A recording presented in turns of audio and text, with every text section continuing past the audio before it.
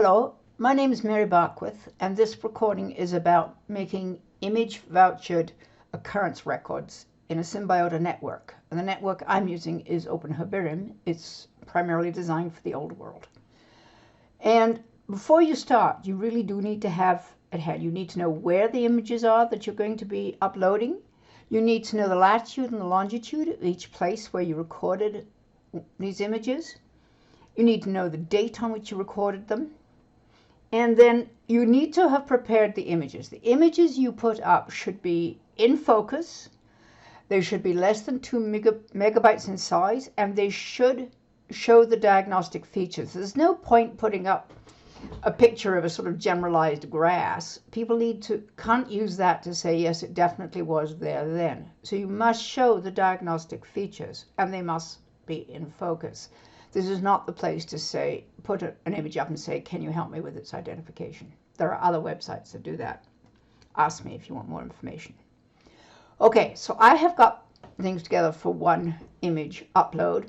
So of course the first thing you have to do is log in to OpenHerbarium. And I am logged in now under another name. And then you go to Sitemap over here.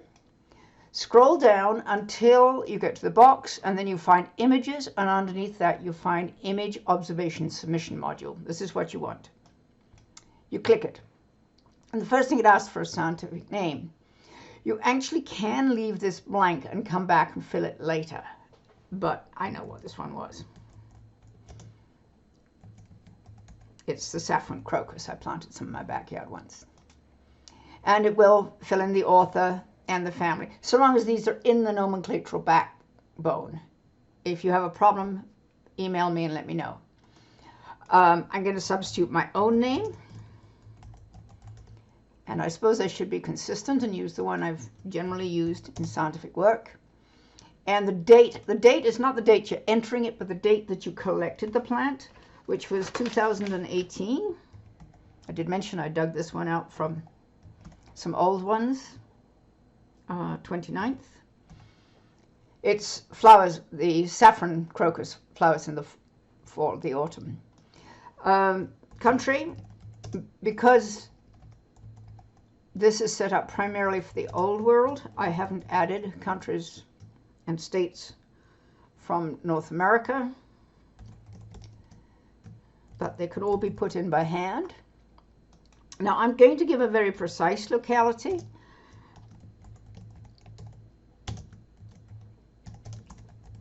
Part of what you're doing here, though, is really just saying it can grow here. And I'm not putting the state down again, you notice, because that is already up in the state province field. But I'm going to say hide the locality details from the general public. If somebody says, really wants to know where these things grow, for some reason, and you think, they've got a genuine scientific interest for knowing that, you can give them permission to see the hidden locality data. But for now, I'm going to, in general, hide it. The latitude was 41.7389. Positive, because we're north of the equator. And the longitude is minus 111.8087. No, sorry, 8. And it's negative because we're west of the prime meridian, which goes through Greenwich. If you're in Asia, and most of Europe, most of Africa, it'll be positive. And Australia, positive. Uncertainty, I generally put 25 in as the default. It's in meters. It's Google Earth. I use Google Maps to find it.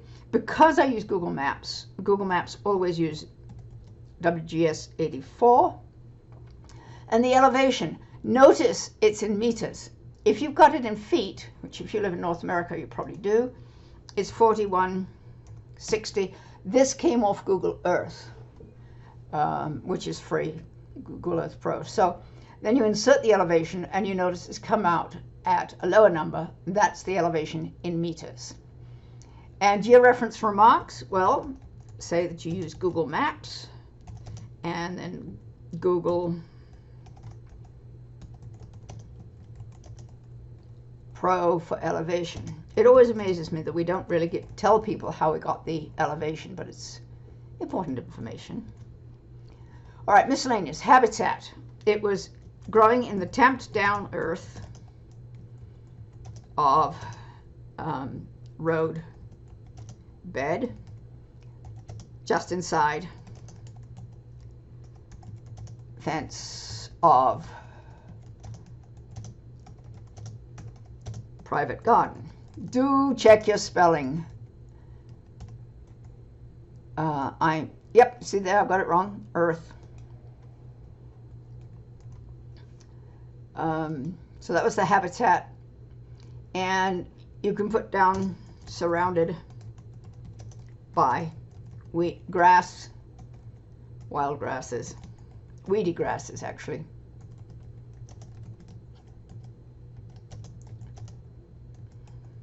And forbs. Forbs, by the way, if you're not used to the term, herbaceous plants with pretty flowers, whereas grasses and sedges don't have what most people call pretty flowers. Description of an organism. The thing that's important here is that leaves present vertical behind flower, because autumn crocuses that name can also refer to species of colchicum which flower in the autumn, and they will not have leaves up at the same time, whereas the crocus does have leaves at the same time as the flowers. And then beautiful red stigmas, which is one of the signs that it's the saffron lily, saffron crocus, beg your pardon. General notes, planted, let me see what established means. So I got to put it in here as the general notes. Planted in hole, dug in soil. Oh, I know what I want to say. Planted with potting soil in hole dug in tamped down soil. Tamped down, by the way, means that you just pounded it down so that it's very solid. They don't want the road disintegrating. So they had built up the road and they created a roadbed, and then it came down, thudded it down. So its reproductive condition, it's flowering, and its establishment means was planted. I actually didn't cultivate it afterwards, so I'm just going to leave it at planted. I mean, it is a cultivated plant. It wouldn't be there except that I'd put it there. But the difference to me is if you're cultivating it, you would weed around it. And I was actually very surprised when I remembered to go and look for it and found that actually it was there and it was growing. So it hasn't been cultivated, but it was planted. So now you choose your file. This is where I said it helps to have it handy. And it was for demo. And I've made it fairly small. So caption, no particular caption, no particular remarks. And you submit the observation. The little wheel is turning up there. And now it's in. So you want to see if it's in? Then go to the home and search for all collections. And since this is not something people look at, I'd already done a search for it, so it's remembering it. Crocus sativus we're looking for. We search all collections, and we find that there are 4 records in here, and I'm going to delete this one.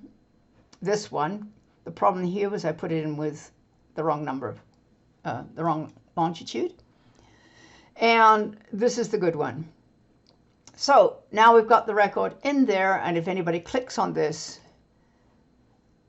they will find some pictures of it. And I don't know who took this one, but we pulled it in from somewhere or other else. And I've put this one up. One of these will go when I take out one of those pictures. We haven't put a description of it in, but now the information is in there. Why is this useful? Well, if you're trying to document weeds, you don't want to collect a weed every place you go, but maybe you can take pictures that will show this is what you were looking at, all right? And it was there then. Remember, these occurrence records are documenting that something is there then. Another time you would use it is if you're looking at a rare species and you don't have permission to collect it. Then an image documentation, as I say, good pictures in focus showing the diagnostic features. Another time is animals. Often it's very much more difficult to get a permission to collect animals, particularly large animals, than it is to collect plants. So that would be another time where image vouchered occurrence records are very good. These will go up as part of, can go up as part of a network to GBIF, and GBIF is quite happy to have image-based records. It's solid evidence the thing occurred there then. Incidentally, notice the difference in color there between two cultivars, or at least we got them from a different source, I think. So that's all there is to making an image documented record. Thank you.